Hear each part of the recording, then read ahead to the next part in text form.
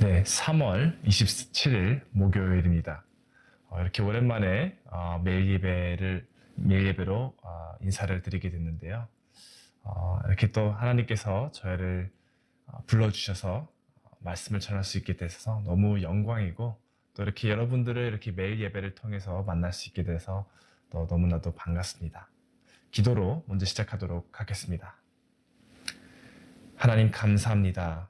저희를 이렇게 예배 자리로 모이게 해주셔서 하나님 감사합니다. 저희를 구원해 주시고 예수 그리스도로 말미암아 저희의 죄를 씻겨 주시고 또 하나님의 임재 안으로 그리고 하나님의 가정으로 저희를 불러주셨습니다. 감사합니다. 하나님. 하나님을 알고 또 하나님의 말씀을 묵상하며 하나님께서 원하시는 대로 저희가 순종하며 살 때에 하나님 저희의 마음속에는 큰 기쁨과 저희의 삶 속에 만족이 있게 됩니다. 그러나 하나님 가끔 가다가 저희가 아직도 죄된 육체에 살고 있음에 가끔 가다 유혹을 받고 또 하나님께서 원하시는 삶이 아닌 전혀 반대 방향으로 갈 때 또한 있습니다. 그런 삶을 살 때에 하나님 저희는 착각에 빠져서 잘 살고 있고 잘 걷고 있다라고 이렇게 생각할 때도 있지만 하나님 이렇게 또한 예배의 자리로 저희를 불러주셔서 저희가 가는 길은 죄된 길이고 하나님의 길이야말로 의롭고 올바른 길인 줄로 다시 한번 일깨워 주셔서 또한 감사합니다. 하나님 저희가 이렇게 하나님께 예배로 나아갈 때에 하나님 저희의 마음을 열어주시옵시고 저희의 마음속에 하나님의 사랑과 하나님의 말씀이 깊은 곳에 자리 잡기를 원합니다. 그렇게 하나님 저희의 예배를 인도하여 주시옵시고 저희에게 합당한 필요한 말씀을 주셔서 저희가 하나님께서 원하시는 하나님의 백성이 될 수 있도록 인도하여 주시옵소서. 또한 나아가 하나님께서 원하시는 성숙한 하나님의 복음을 다른 분들에게도 전할 수 있는 그러한 성숙한 사람이 될 수 있도록 또한 인도하여 주시옵시고 또 지금 현재 많은 성도님들이 아픈 줄로 알고 있습니다. 하나님 그분들 또한 가엾게 여겨주시옵시고 기억하여 주시옵소서. 그러므로 인해서 하나님 그분들의 삶이 회복이 되고 그리고 또 하나님께 예배로 나아갈 수 있도록 또한 그러한 삶이 다른 사람들에게도 간증이 될 수 있는 그러한 멋진 영광스러운 삶이 될 수 있도록 허락하여 주시옵소서. 하나님 감사드리며 이 모든 말씀 예수님의 이름으로 기도드렸습니다. 아멘. 네, 지금 이 시간 찬송가 420장 다 함께 부르도록 하겠습니다.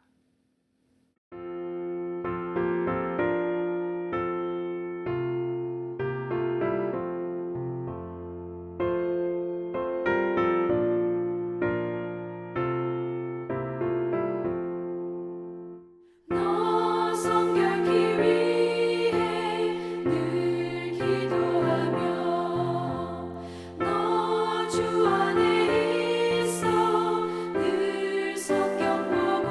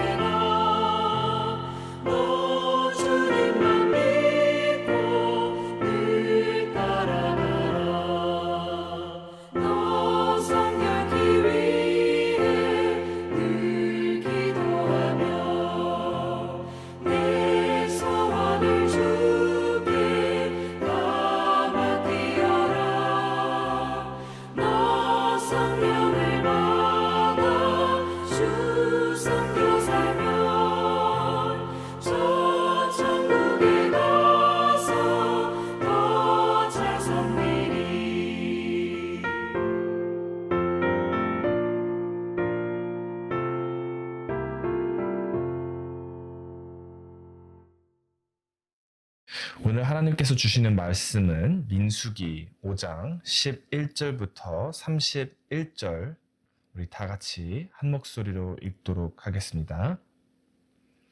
여호와께서 모세에게 말씀하여 이르시되 이스라엘 자손에게 말하여 그들에게 이르라.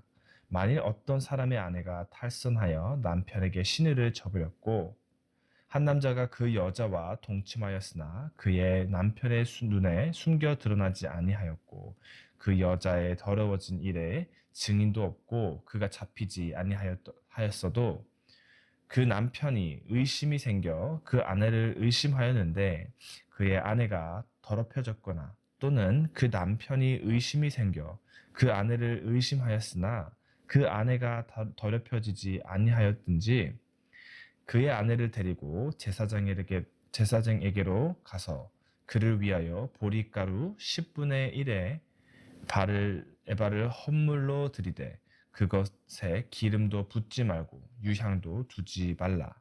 이는 의심의 소재요 죄악을 기억나게 하는 기억의 소재라.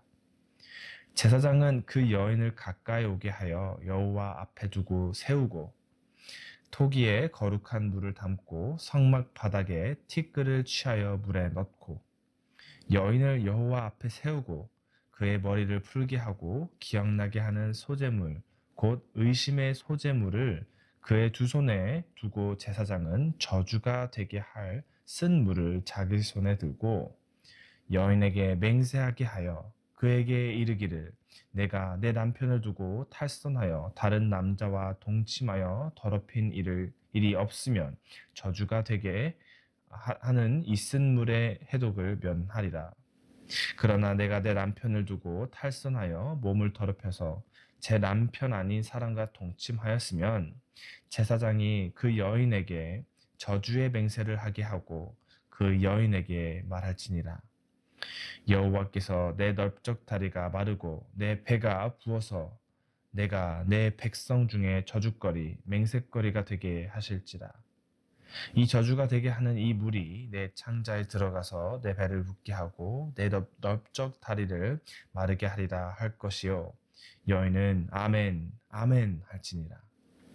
제사장이 저주의 말을 두루마리에 써서 그 글자를 그 쓴 물에 말아놓고 여인에게 그 저주가 되게 하는 쓴 물을 마시게 할지니 그 저주가 되게 하는 물이 그의 속에 들어가서 쓰리라. 제사장이 먼저 그 여인의 손에서 의심의 소재물을 취하여 그 소재물을 여호와 앞에 흔들고 제단으로 가지고 가서 제사장은 그 소재물 중에서 한 움큼을 취하여 그 여자에게 기억나게 하는 소재물로 제단 위에 불사르고 그 후에 여인에게 그 물을 마시게 할지라. 그 물을 마시게 한 후에 만일 여인의 몸을 더럽혀서 그 남편에게 범죄하였으면 그 저주가 되게 하는 물이 그의 속에 들어가서 쓰게 되어 그의 배가 부르며 그의 넓적 다리가 마르니 그 여인이 그 백성 중에서 저주거리가 될 것이니라. 그러나 그 여인이 더럽힌 일이 없고 정결하면 해를 받지 않고 임신하리라. 이는 의심의 법이니 아내가 그의 남편을 두고 탈선하여 더럽힌 때나 또는 그 남편이 의심이 생겨서 자기의 아내를 의심할 때에 여인을 여호와 앞에 두고 제사장이 이 법대로 행할 것이라. 남편은 무죄할 것이요 여인은 죄가 있으면 당하리라. 아멘. 여러분, 신뢰가 깨졌을 때 느끼는 감정을 아시나요? 예를 들어 친구가 내 비밀을 다른 사람에게 말했을 때, 가족이 나를 속였다고 느꼈을 때, 또는 배우자가 나에게 완전히 솔직하지 않다고 느껴질 때, 그럴 때 우리는 마음이 찢어지고 믿음의 관계가 흔들리게 됩니다. 오늘 본문은 결혼 관계에서 신뢰가 깨졌을 때 하나님께서 어떻게 개입하시는가에 대한 이야기입니다. 특히 아내의 부정 여부를 놓고 남편이 의심할 때 어떻게 해야 하는지를 다루고 있는데요. 당시 이스라엘에서는 하나님이 아내의 부정을 의심하는 남편이 직접 판결을 내릴 수 없게 하셨는데 왜 그렇는지 한번 생각해 볼까요? 남편이 아내가 다른 이와 동침을 했다고 의심을 한다면 과연 그 의심은 의심으로 끝났을까요? 아니죠. 의심이 의심으로 끝나지 않고 그것을 확신이라고 생각하며 행동으로도 옮겨졌을 것입니다. 예수님을 임신했던 마리아를 보고 의심을 확신으로 생각해 결별을 할 뻔한 요셉 또한 생각해 보시죠. 물론 끝까지 마리아를 생각한 요셉이지만 사실 확인도 하지 않고 자신의 의심이 확인이라 여겨 행동을 했지 않습니까? 그 당시에 이스라엘 사람들 또한 다르지 않았을 것입니다. 아니, 어쩌면 더 심했겠죠. 요셉은 잘 마무리하려 했지만 모든 남편들이 조용히 넘어갔을까요? 그렇지 않았을 것입니다. 그 시대는 특히나 가부장적인 시대이기에 남편이 감정적으로 판단했을 가능성이 굉장히 크고요. 또 이것은 가정의 분쟁뿐만 아니라 공동체 전체에 영향을 미칠 수도 있었습니다. 확인되지 않은 의심이란 가정을 그리고 더 나아가 공동체를 흔들 수 있기에 그래서 하나님은 부정한 여인을 심판하는 독특한 의식을 제정하셨습니다. 여기서 남편은 아내를 직접 심판하는 게 아니고 제사장에게 데리고 가야 했고요. 제사장은 의심의 소재를 드리고 하나님께서 직접 판결하실 것을 구해야 했습니다. 이 의식은 단순히 종교적 의식이 아닙니다. 당시 주변 문화에서는 부정에 의심받은 여인을 무조건 돌로 쳐 죽이는 경우가 많았습니다. 그러나 성경은 공정한 판결을 내리는 것은 하나님이시기에 하나님께 믿고 맡기는 것, 그것이 바로 오늘 본문에서의 방침이었습니다. 이 부분을 읽을 때 제 마음이 좀 많이 찔리더라고요. 목회를 하고 사람들과 많은 교류를 할 때에 제가 이해되지 않거나 제게 피해가 됐던 다른 사람들의 행동을 저는 자주 사실 여부를 확인하려 하지 않았고요. 오히려 안 좋은 쪽으로만 판단해 다른 이들에게 피해를 줄 때도 있곤 했습니다. 여러분은 어떠신가요? 우리는 상대를 의심할 때 감정적으로 판단하지 않고 하나님께 맡기고 있나요? 의심이 들 때에도 가정과 나의 공동체 안에서 교회를 위해서 신뢰를 회복하기 위해 하나님을 믿고 맡기며 나아가시고 계신가요? 자, 이제 본문에서 가장 흥미로운 부분입니다.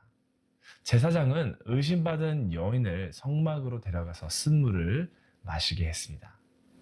이 물은 성막 바닥에 먼지를 탄 물이었고요.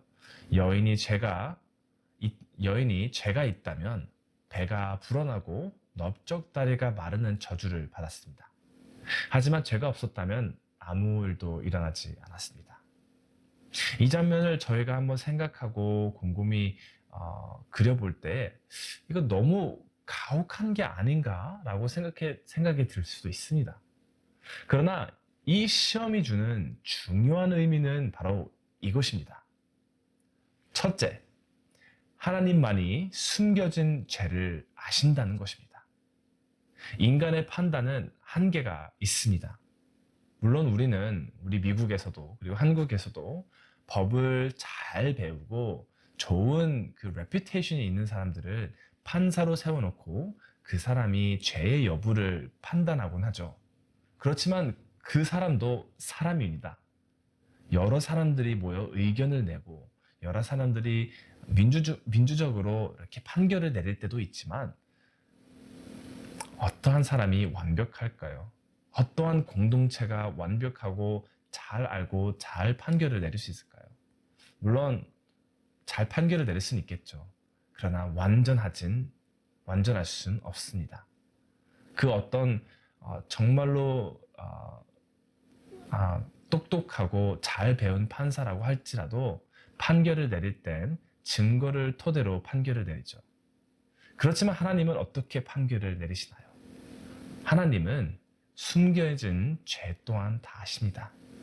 앞서 우리가 읽었을 때에 아무도 보지 못하고 그 어느 누구도 몰랐던 죄라 할지라도 하나님께서는 다 아십니다. 모두가 모르고 나 혼자만 아는 그러한 피해나 억울함이 있다고 하더라도 하나님께서는 다 알고 계신다라는 것입니다. 우리 하나님은 숨겨진 죄도 밝히십니다. 하나님은 마음을 감찰하십니다. 자, 둘째, 우리가 이 본문에서 알 수 있는 것은 바로 하나님은 억울한 자의 변호사이시다라고 하는 것입니다. 하나님께서는 직접 그러한 분들을 변호하십니다. 하나님은 약자의 편이시죠. 여기에서 여인이 무고한다면 하나님께서 직접 그녀의 결백을 입증하신다라고 합니다. 이것은 당시 문화 속에서 여성을 보호하는 장치이기도 했죠. 하나님이 판결을 내리셨는데 그 어떠한 남편이 거기서 내가 아직도 의심하니까 내 의견이 맞습니다 라고 판결을 할 수 있겠습니까? 하나님이 이스라엘을 구원해 주셨고 하나님이 이스라엘을 이것은 나의 백성이다. 내가 이 백성들의 왕이다 라고 말씀을 하셨을 때에 그 하나님의 울타리 안에서 하나님의 나라라는 울타리 안에서 사는 그 어느 남편이라도 하나님께서 내린 판결을 뒤바꿀 수는 없었습니다. 그렇기 때문에 하나님께서는 이 남편이 의심을 해서 너를 이 자리에 불러왔을지라도 나는 안다. 너는 무죄다. 너는 무고하다 하기에 나는 내 편이고 그 어느 누가 너를 의심할지라도 내가 너를 알기에 그 어떤 누구라도 너를 할 수 없을 것이다. 라는 차원이 있는 것입니다. 하나님께서 이러한 제도를 보내주시지 않으셨다라면은 과연 어떠한 일들이 생겼을까요? 많은 남편들이 자신의 의심을 확인 여부를 생각하지조차 않고 자신의 의심이 맞다라고 생각하며 거기서 비롯되는 행동이 분명히 있었을 것입니다. 그렇다고 한다면은 많은 여성들 또한 억울함에 고통을 받고 뭐라고 자신을 답변할 수도 없고 답변을 한다라고 해도 안 믿어주는 남편 때문에 많은 고통이 있었을 것입니다. 그러나 하나님께서 이러한 것을 보여주심으로 인해서 하나님께서는 죄를 알고도 계시지만 죄를 짓지 않은 사람에게도 함께 하신다라는 것을 보여주신 것입니다. 자, 여기서 우리가 이 말씀을 우리 삶 속에서 어떻게 적용할 수 있을까요? 오늘 본문에서는 가정이라는 배경에서 신뢰가 깨진 것을 염려해 하나님께 맡긴다라는 메시지인데요. 우리 또한 부부라는 배경뿐만 아니라 교회에서도 그리고 직장에서도 신뢰가 깨지고 분쟁이 일어나지 않습니까? 자, 그럴 때 우리는 어떻게 해야 하는 것이 하나님이 보시기에 의롭고 정말로 좋은 것일까요? 그것은 바로 이러한 일이 일어날 때, 내가 누군가를 의심할 때, 누군가 나를 의심할 때, 또한 사람과 사람 사이에서 분쟁이 일어나고 의사소통이 원활하지 않을 때, 이럴 때 특히 우리가 하나님께 나아가, 기도로 나아가 우리의 억울함을, 우리의 마음 찢어짐을 호소해야 한다는 것입니다. 그 옛날 조선시대 때 억울한 일이 있었을 때 백성들이 신문고라는 북을 쳐 자신의 원통을 왕에게 토해내 해결해 달라고 하는 것처럼 우리도 하나님께 나아가 하나님 이러이러한 일이 있었습니다. 하나님 나 정말 억울합니다. 하나님 도대체 어떻게 해야 될지 모르겠고 이 화가 주체되지 못하고 어떻게 할지 모르겠습니다. 하나님 도와주시옵소서 라고 이렇게 기도를 하는 것이 먼저라는 것입니다. 실제로 저는 제가 친하다는 친구에게서 정말로 사소롭게 배신 같지 않은 배신 당한 일이 있었습니다. 어떤 일이 있었냐면요. 저와 제 친구가 같이 음악을 하고 공연을 위해서 준비하는 과정에 제가 잠깐 화장실 나간 사이에 저의 친구는 다른 친구들과 함께 점심을 먹으러 나간 거죠. 제가 돌아왔을 때 그 친구는 없어졌고 어디 갔는지조차 모르고 저에게 말도 해주지 않고 그냥 그대로 나가버린 것입니다. 저는 이게 너무 배신감스러웠던 것 같아요. 저랑 정말로 친하다고 한 친구가 말이라도 해줄 수 있지. 아니면은 더 나아가 나를 초대해주지 않았을까? 나를 기다려주지 않았을까? 근데 왜 이렇게 했을까라는 것 때문에 저는 정말로 큰 배신감을 느꼈습니다. 심지어 이런 일이 한 번 있었던 적이 아니고요. 두 번씩이나 있었습니다. 그 시절에 또한 저는 굉장히 민감한 시기이기도 하여서 많은 상처가 됐는데 정말로 화를 주체할 수 없어서 이 친구가 저를 잊어버린 건지 아니면 의도적으로 저를 버린 건지 이런 확인조차 하지 않고 이 친구가 나빴다라고 저는 결론을 내고 화를 주체할 수 없었습니다. 그때 기도를 했습니다. 제가 그때 하나님께 정말로 호소를 했습니다. 하나님, 제가 지금 겪고 화가 나는 게 정말로 사소한 것 같고 별거 아닌 것 같습니다. 그래서 더 화가 나기도 합니다. 그렇지만 하나님, 정말로 화가 나고 왜 배신감이 이렇게 드는 걸까요?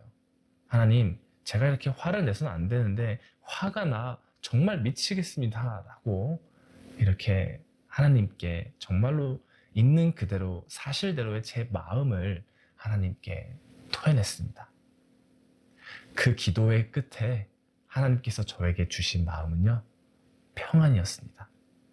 제 마음이 정말로 화로 이렇게 들끓고 있었는데 그 기도가 끝나자마자 제 마음속의 화는 정말로 믿기지 않을 듯이 바로 사라져 버리고요. 하나님께서는 저에게 평안을 주셨고 그 평안을 주신 마음으로 제가 친구와 이야기를 나눌 수 있었고 관계를 회복할 수 있었습니다. 이와 같이 하나님께 먼저 나아간다면 하나님께 저희가 또 잘 포장할 필요도 없다라고 저는 생각합니다. 다윗의 시편들을 많이 보시면 아시겠지만 있는 그대로의 저희의 마음을 하나님께 낸다면은 하나님께서는 저희들의 기도를 들어주시고요. 또한 누군가 우리에게 잘못을 했다면은 하나님께서 신명기 32장에 이렇게 말씀하셨죠. 내가 보복하리로다. 하나님은요, 의로우신 분이시기에 가장 정의롭게 판결을 내려주실 것이고요.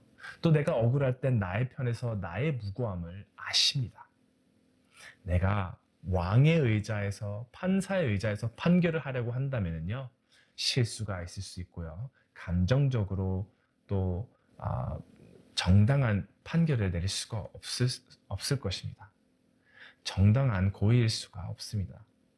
그러나 우리가 그 왕의 의자에서 판사의 의자에서 우리가 내려와 하나님께 맡기고 하나님께 의지한다면요, 하나님은 우리와 가족과 공동체의 관계를 지켜주시고 또 그로 인해서 우리를 하나님의 의로움을 대표하게 되는 교회가 되게 할 줄로 믿습니다. 민수기 5장은 단순히 간음을 의심받는 여인의 이야기가 아닙니다. 이것은 모든 관계에서 신뢰를 지키고 하나님 앞에서 정직하게 살아야 한다는 교훈입니다. 오늘 말씀을 통해 우리가 기억해야 할 것은요, 첫 번째, 신뢰는 하나님 앞에서 세워진다는 것입니다. 의심과 갈등이 있을 때 먼저 하나님께 기도했으면 합니다. 두 번째로, 숨겨진 죄는 또 하나님이 심판하신다는 것입니다. 우리가 다른 사람들을 속일 수 있고 우리 자신조차 속일 수도 있습니다. 그러나 우리는 하나님을 속일 수 없습니다. 사랑하는 중앙가족교회 여러분, 혹시 관계 안에서 신뢰가 깨진 경험이 있으신가요? 혹은 나 자신이 누군가를 의심하며 판단하고 있지 않나요? 오늘 하나님 앞에서 우리의 관계를 돌아보며 순결과 신뢰를 회복하는 시간이 되기를 바랍니다. 기도하겠습니다. 하나님, 저희가 하나님 앞에서 정직하고 깨끗한 삶을 살고 싶지만 그러지 못할 때가 정말로 많습니다. 하나님, 저희가 그러한 삶을 살 수 있도록 인도하여 주시옵시고, 또한 저희가 어떠한 관계에서 신뢰가 망가지게 되고 서로를 의심하게 되고 관계가 비틀어지게 된다면은 하나님, 그 관계를 회복할 수 있는 것은 저희의 힘이 아닌 하나님의 능력인 줄로 믿습니다. 그렇게 하나님 우리 성도님들과의 관계, 성도님들과 목회자들과의 관계, 목회자들 사이의 관계, 어떠한 관계 속에서 만약에 틀어짐이 있다고 한다면 하나님께서 다 아실 줄로 믿습니다. 하나님, 우리들의 관계를 회복하여 주시옵시고 우리를 예수 그리스도의 교회가 되게 하게 하옵소서. 저희를 인도하여 주시옵시고 하나님의 의로움을, 정의로움을 나타내는 그러한 교회가, 성숙한 교회가 될 수 있도록 인도하여 주시옵소서.